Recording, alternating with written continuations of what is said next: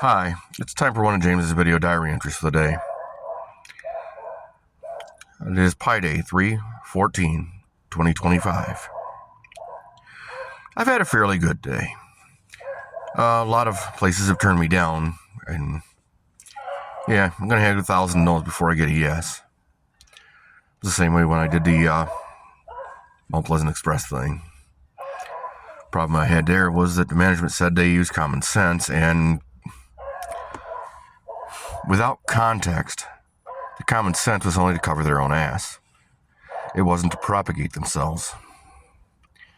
And my resume isn't exactly spectacular. It looks like a lot of short-term jobs. Well, it's unfortunate what happens when I run into managers and other coworkers that they're unaccountable for their actions.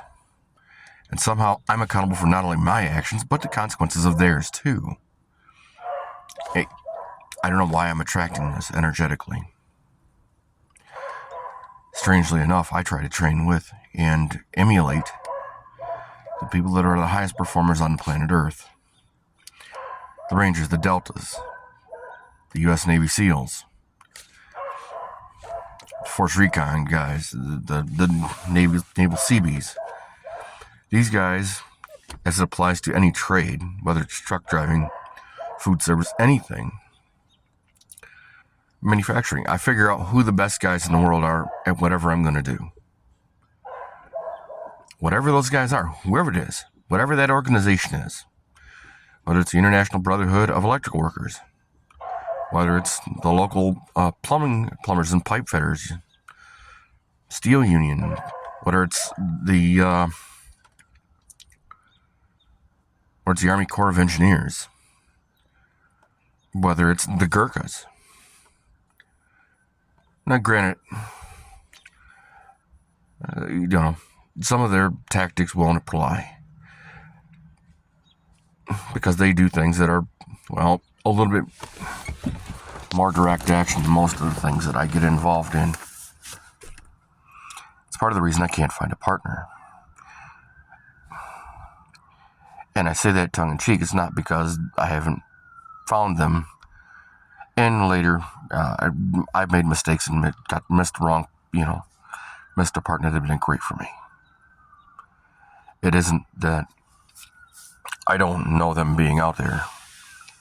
It's just like the community of angels around me. You're watching this. You're commenting. You're subscribing. You're connecting your energy with mine to help me. It's not helping you. I honestly don't know how I'm helping you. Unless it's commisery through the Brotherhood of Job. I'm a lot better off than I was, but I'm still not where I want to be. It's like the partner thing. Brzezowski out of Saginaw here. I got it. Well, I'm a truck driver. I'm in town 3 days a month. So invite me out on the fourth day when I'm literally not going to be in town. And you wonder why, you can't get anyone? You can't get a helpmate. Maybe she doesn't want one, but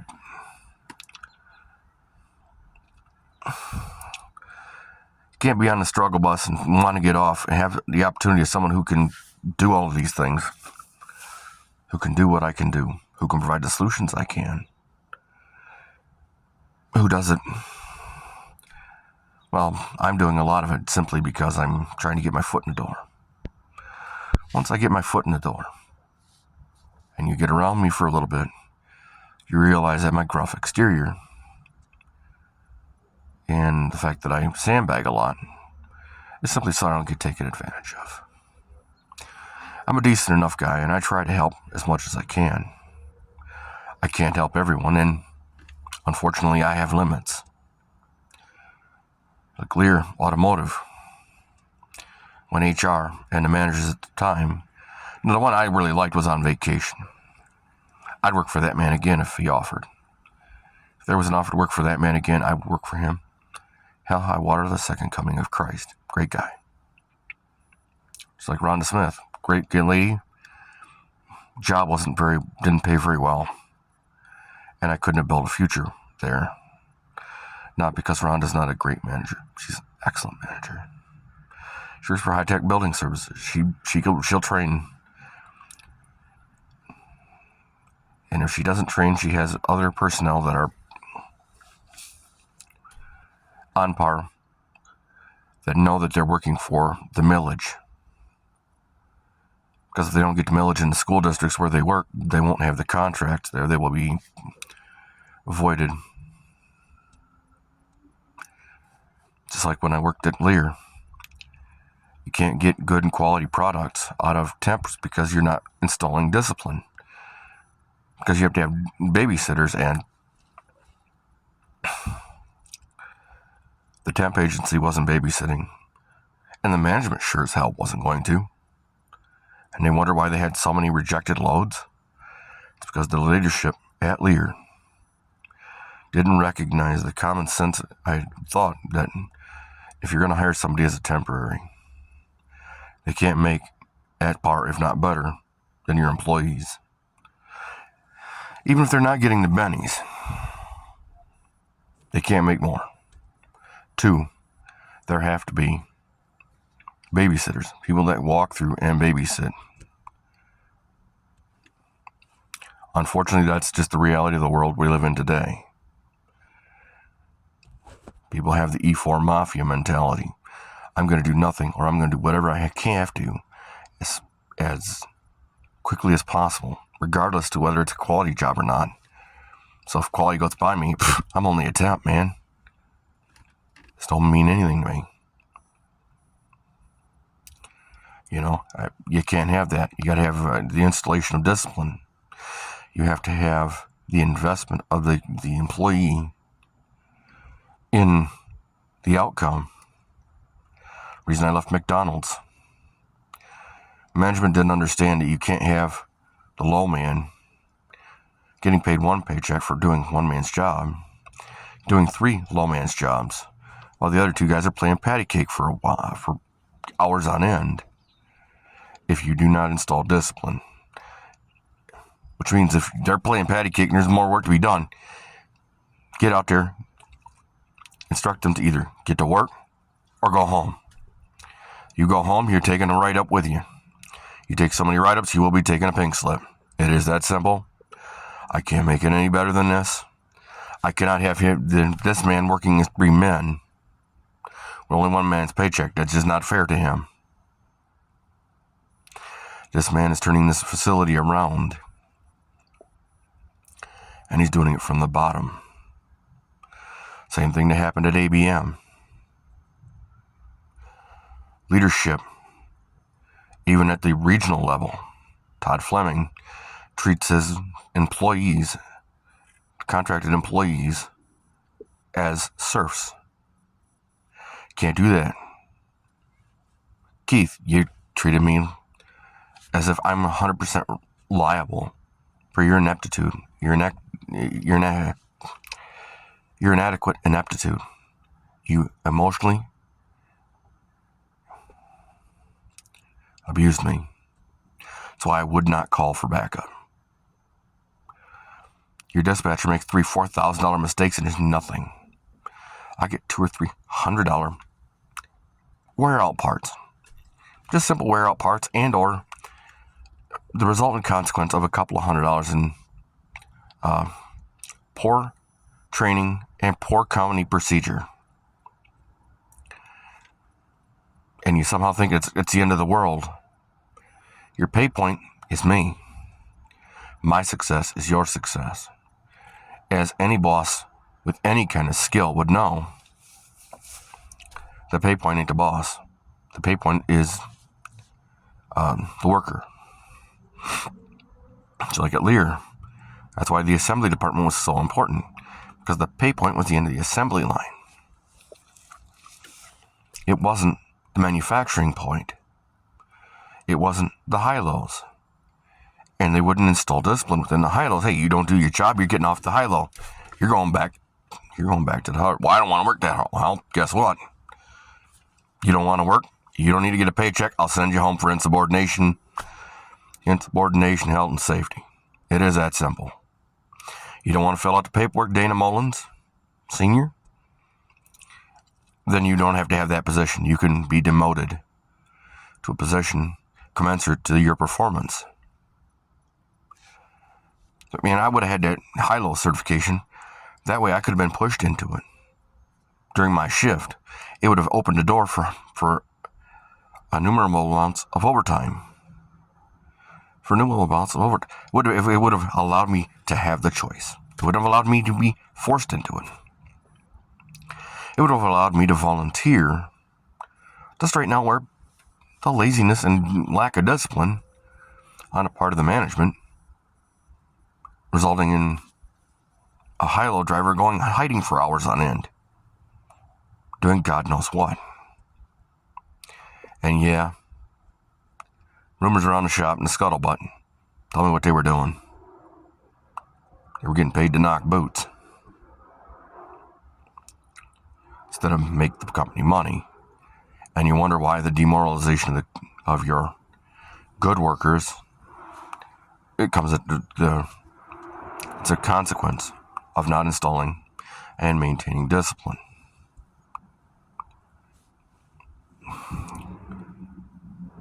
Lear Roscommon went from 2 plants, 3 shifts, unlimited overtime, to 1 plant, 1.5 shifts, maybe 5 days a week, because of the severe lack of discipline on the part of the management. The asinine juvenile behavior of those in power in the local 1819 union. You can't have that and have good products come out, have quality products come out in a way that a customer will buy them. Customer will not have that plant. I'm surprised it hasn't closed for that reason alone. It's like that McDonald's. It turned around from a 6-month turnaround on the freezer to 4 days.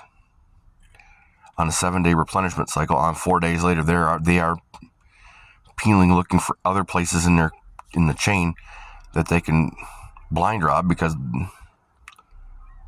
they're literally running out of materials. They're moving that much material that fast with a little bit of discipline, a little bit of skill on management, both on a local level. Now, on a regional, I never made it to regional, because if I had, there would have had to have been another point. They would have created another storage facility. They'd have had to, because they were moving so much material. It's like going from $1,000 hours to $1,000 25 minutes. And it's repeatable. Common sense over and over again. It's like getting the kitchen to sing. If you're happy and you know it, then your McNuggets will surely show it. It's being able to have the service team on the order side, the grill and the table, blow out the delivery. To blow out the delivery. Food overwhelming the delivery area. The serving and delivery area, to the point they have to stop taking orders to clear because the service team on the other end is playing patty cake with each other, not paying attention that they have to be running orders, so they can't catch up. Otherwise, they can't hit $1,000 25 minutes. You're not going to have a parking lot full of people crying that they got no food. It's not going to be a way. You're not going to keep a business open like that. I'm very good at what I do. And once you get past my gruff exterior, I get past the training program. I'll find out if you're truly marketing if you can truly provide what you're marketing. And if it's 2 months down the road, and in 9 weeks, I've gotten two weeks of making what you promised out of 9. And I've been struggling the whole time with issues that you said aren't issues. And you're complaining about the consequences of what you actually did and what you refused to do. Keith, you can't emotionally abuse people. You can't, when they ask for help, say, well, whatever. Because if I fucking knew whatever it took, I wouldn't ask the question for an itemized tool list. I wouldn't have had to do that 3 and 4 times before somebody got the bright idea. Well, at that point, I'm demoralized to the point I said, fuck it, I'm just going to run out with nothing.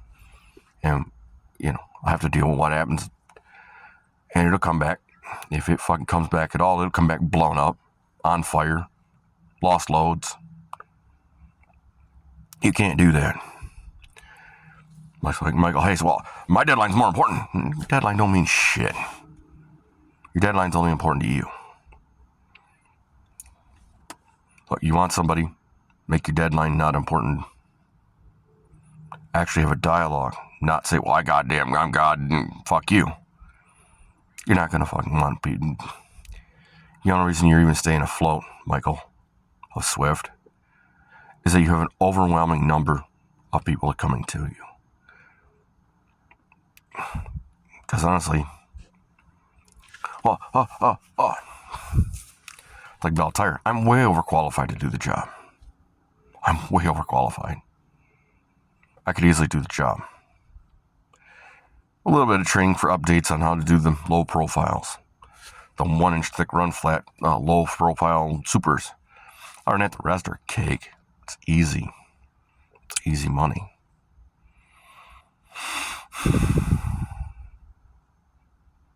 I can't be responsible for anybody other than me. I can't. If I am, I'm going to continuously be angry. I know this because that's why I walked away from mom and dad. Constant provocation without being able to be held accountable. The people holding me accountable. Hey, look, man, I'm angry all the time because you said you'd do something you're not. Then you're crying about the consequences of your action. And you're somehow making me the person at fault for you not doing your work. Yet I cannot punish you. Because if I did, I would make goddamn sure the punishment was so severe that it literally wouldn't happen again, because you wouldn't want to go through that again. Because if I have to go through it over and over, and the punishment is, if it isn't severe enough to prevent the behavior, then some other action is going to have to be required. It's like these girls, no. See, I'm going to reverse your game on you. I'm going to give you opportunities. I'm not going to make you work for it. And your body is not what I'm going to take in as payment. Because, well, when your body does get old, as it does change and the vicissitudes of life get to you, I'm paying for the young you. I'm not paying for the 80-year-old you. I'm paying for the 20-year-old you. And I can get a 20-year-old girl a lot fucking cheaper than I can for the 100-year-old girl, the 50-year-old girl. Well, yeah, after 3 years, you've made your value from one of the most valuable commodities to worth less than sand in the desert. Then you wonder why. Well, it's not important to me anymore. I've literally had to take the loss. And nothing you can do at this point is going to undo that. Your behavior over the last 3 years, Irene, Pat, it's the same thing. Shit on you for over 3 years and then wonder why your value went from 100 to 0. Because your body wasn't what I was after. It was your resources. I would have taken your body simply because, well, I need a body. You got one. If I have to learn Danish, congratulations, no problem. I'll work that out with Google Translate using Babbel, building Babbel, or buy something like that so I can learn it. And that we can learn it together. It's a bonding experience. I am a cold fish. Don't get me wrong. Life's made me that way. Primarily because people tell me that I got to do what they want, and they're not responsible for the consequences of what happens when what they want, it goes against the laws of physics. It goes against the laws of reality.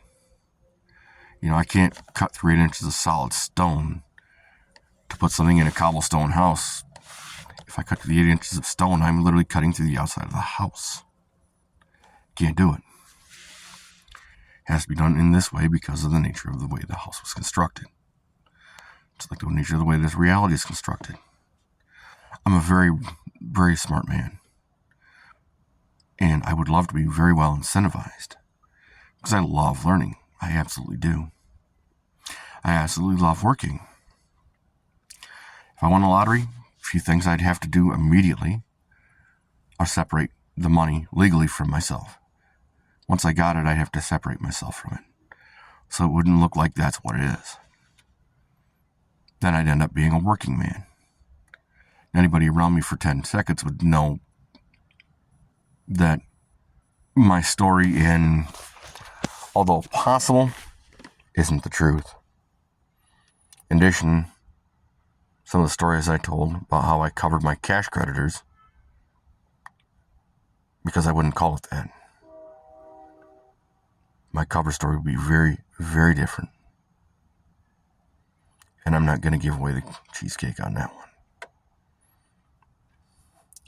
I have lottery tickets on subscription yet. I haven't unsubscribed, but I bought the tickets already, so I hope I win one of these draw games, Big Dog Daddy style. I win $2, $3, $4 pretty routinely. Occasionally I win a $500 jackpot. I really need that kind of jackpot to be able to have the money in a way that I've caused no harm to others, and I'm not taking a loan from other community members, because there are some I have met that are absolutely rich enough to do this. But I can't panhandle like that. It's and I can't do it from the bank. I don't have the credit to pull this. I would love to be a multi-millionaire who does trust fund philanthropy through the vehicle of a business, whether it be auto repair business or something. Auto repair, recovery, turning auction vehicles, maybe even a little construction, I don't know. I'd want something that looks like a legitimate situation, but its primary funding source would be a trust fund that not only paid for me and my medical and everything, and covered covered it, so I could, if I had to go drive to get a car, I'd just go jump in a rig and go do it. But at the same point, it has to be separate enough that nobody knows that's exactly what's going on. That way it takes a significant expenditure of resources to figure out and untangle the paperwork now that I have to be able to do that and be able to have the fun that I love working on cars. I love helping people. But I still have needs. I mean, like any man, I have the need of being able to have my own power and be accountable for myself. Not be accountable for others. The consequences of others do dumb shit that somehow makes it my fault. I can't do that. It makes me continually angry. People, well, I don't understand. I didn't ask you to understand. I asked you to do the job. It'd be like going to a manufacturing plant. I don't understand what I'm doing. Can you run the machine? Can you do this step? It's like the Nordson bomb sight. In the 1930s and early 40s, the Nordson bomb sight was assembled by people who had no idea what they were. They understood their process and their piece, but they didn't understand all the assemblies and how they interacted with each other, which is one of the great problems of society. In relationships, too. They want you to come in with only the understanding that they give you and take the whole thing, then go on and No. Look, man, you're going to be honest with me all the way through. If I'm not honest with you, it's because I'm not giving the entire picture. I'm trying to get you to work into the picture. That way the power you have, you actually earn the power. That way it doesn't turn into, well, I made a decision and I'm not responsible and fuck you and you're going to be held in the bag. Because no one. You wouldn't want that of me. Hey, I told my next door neighbor, buddy, that you're doing. You wouldn't want that, would you? No, you're going to want a monogamy. You want to have one guy. That way you only have one way of doing it. That way I don't have multiple girls either. And that way I don't bring you something from the street. Same way I don't want you to bring me something from the street. I don't want to be the guy who has to do all the work while you have fun with the other guy. That's happened. Patricia Bailey of Harrison. That's why I said fuck no after 3 years, man. You want to fucking have your cake and eat it too. You don't want to step up, do what you should be doing to get the results you claim to want. Well, now we want to have, no. After 3 years, man, you've had your fucking chance. You've had 3 fucking years. It's been put to you several times. It's like Irene. You want something, you're going to have to step up. You're going to have to say it. I'm not going to fucking mind read your ass. I didn't ask you to mind read me. And I won't. Because I'm a straight shooter. And if I'm not telling you pieces of it, because I don't want you to take and use that power to put me in a news cycle in a bad way, to have a memory of the worst nightmares of my life being real events. I don't have them so much anymore. And even when I do, they don't have as much power as they once did. But they live as a standing reminder. This is what happens when you trust people and they lie to you. They absolutely lie. They refuse to tell you the truth. Well, then they put the consequences of their actions on you as you the bad guy. Leola Jean Richardson, now Schneer. And that's the reason I have the relationship I have with my daughter, Michaela Olivia Richardson. Whatever the fuck her last name is now, she probably got married. I'm not honestly sure. But I don't, because you made me always out to be the bad guy. Because I didn't give the internal baseball of the relationship between Leola and I, her mother, in the child relationship with me. And I, as a man, have had to bite my tongue many times about what I already see. Because, hey, fuck for brains. Reality is cold. And if you have to live and look at yourself in the mirror every morning, knowing that hitmen have approached you, knowing that you planned and said no to them because you wanted to make it personal, just the way it was the person that did it to you made it personal. And now you're wondering why I'm a cold fish. I was kind of cold to begin with because I wasn't quite developed. But you've hardened that coldness and that resolve. And now you wonder why that makes me who I am. And why I'm the odd man out. And why among almost all of my classmates, I'm the only one that's not married. I've never been married. It's because I get lied to. Because those lies are so significant that it breaks the relationship. It causes me to go back to first principle. Start looking again for somebody who's a truth teller. It also sends me to the health department wherever I'm living. To my doctor or the health department or both for a sexually transmitted disease and infection tests. If you lie to me about this, what else have I not caught you in that you're lying about? And you're going to say, well, I didn't lie.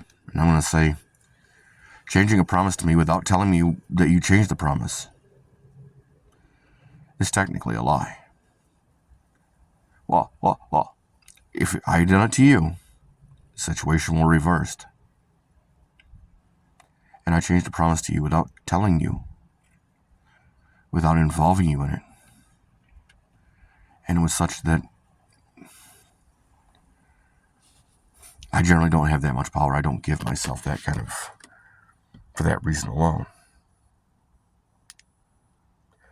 But if I promised to come and fix your car and I literally got into a car wreck a day before, I would call you and say, hey, look, I can't do it. I broke my body up. I'm in the hospital. I can't help you. I am sorry. I know because I've done it for other people. And why would I treat the people who should be the most principled people in my life any different than I treat the strangers that I try to help?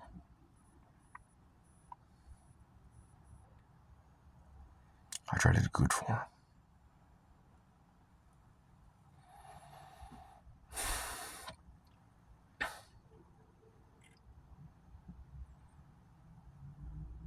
Why would you do that to me? You say you got it, but you can't make time for me. You can't make time in a platonic way to allow me to keep my promises to you, to try and teach you and bring you out to struggle bus, Nora. Why? I am a very intelligent man, and I would make that work for me so that I could have you work. I'd have it work for you, put myself to work for you so you could work for me. It'd be a symbiotic deal. It's a relationship, business. Strange, but I look at it that way.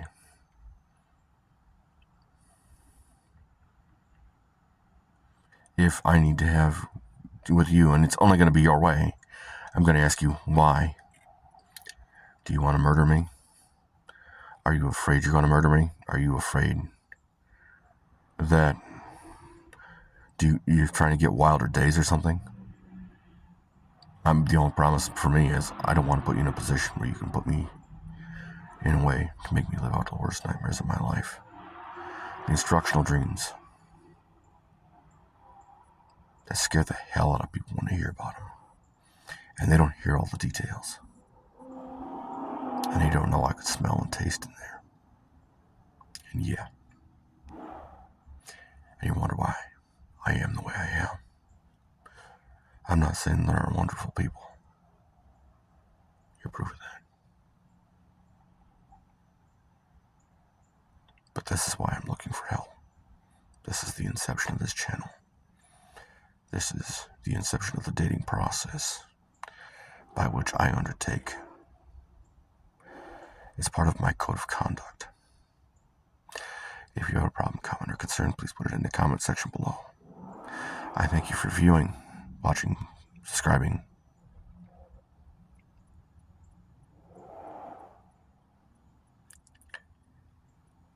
Be well.